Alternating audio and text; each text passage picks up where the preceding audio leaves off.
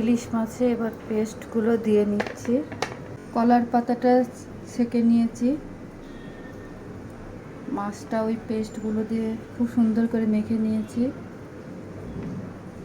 আর উপর দিয়ে একটু নারকেল কোড়া দিয়ে দেব, একটু সর্ষের তেল,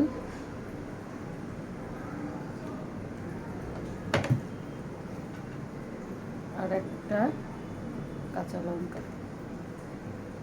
এবার সুন্দর করে বেঁধে নেব।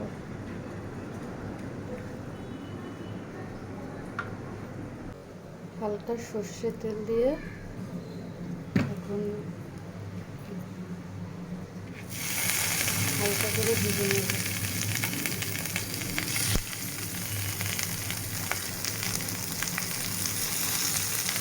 ঢেকে দেবো, মাঝে একবার উল্টে দেব।